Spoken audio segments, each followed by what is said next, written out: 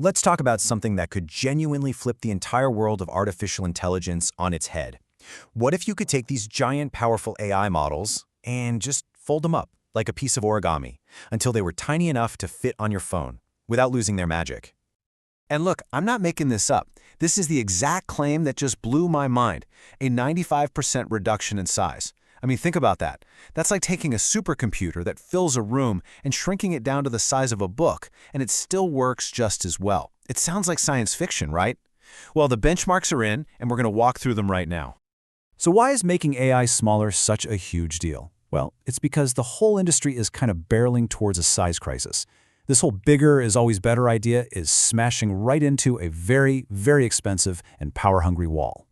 And to put a number on that wall, $100 million. That was the estimated electricity bill just to train ChatGPT-3 for one model, one time. The CEO of OpenAI himself said these costs could double every 10 months.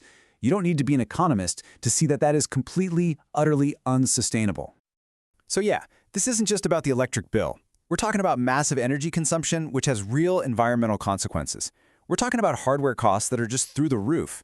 And, these models are way too big to run on our phones or laptops, which means all our data has to go to the cloud, raising some serious privacy questions.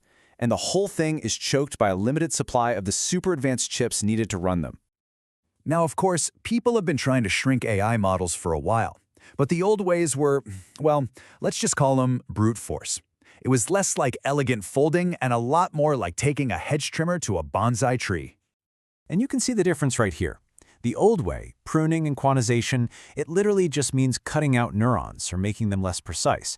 And yeah, it works, kinda, but you almost always pay a huge price in how well the AI performs. This new way is totally different.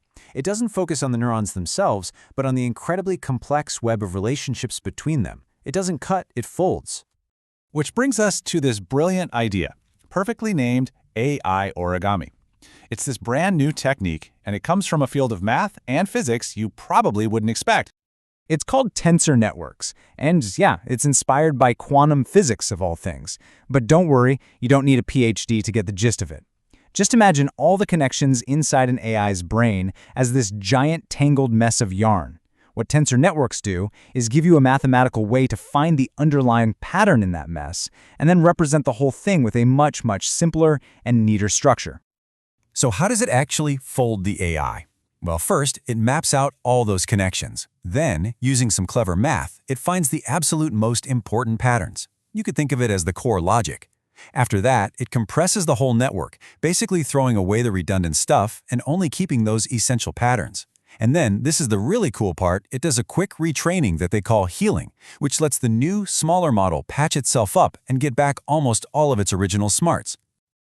Okay. So that all sounds great in theory, but does it actually work in the real world? Let's get to the good stuff, the hard data. The researchers really put this thing to the test on a major AI model that's out there right now. And their test subject was Meta's Llama 2 7B model. That 7B just means it has 7 billion parameters, which are kind of like the knobs and dials inside the AI. It's a really solid, well-respected model, making it the perfect guinea pig for this experiment. And the results? I mean, just look at this. They are absolutely staggering.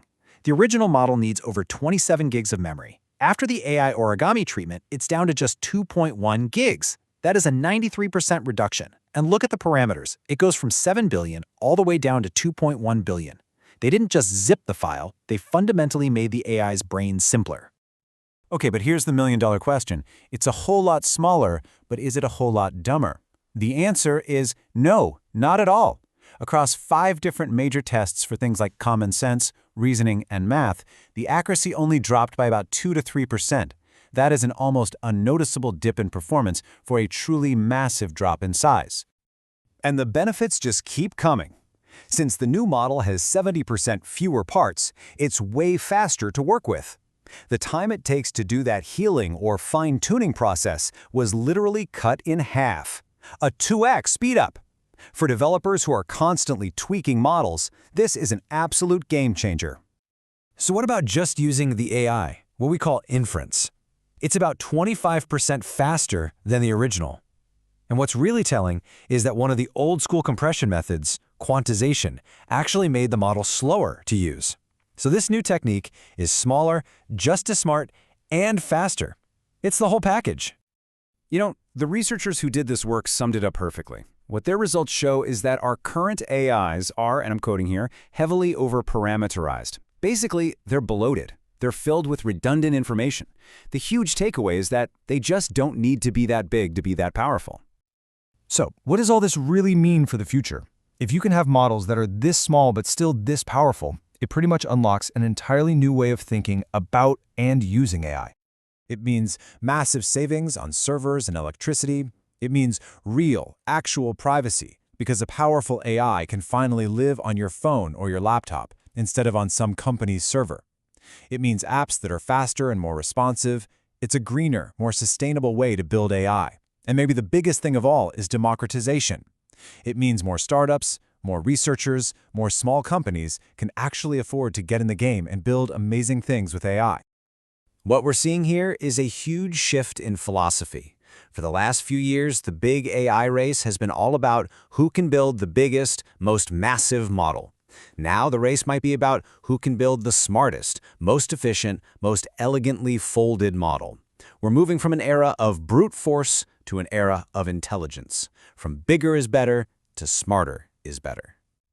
So I'll just leave you with this final thought to chew on. If a 7 billion parameter model can work just as well with only 2 billion, what does that say about the models out there with 100 billion or even a trillion parameters?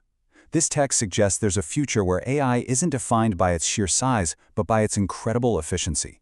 And that future might be getting here a lot faster than any of us thought. Thanks for watching.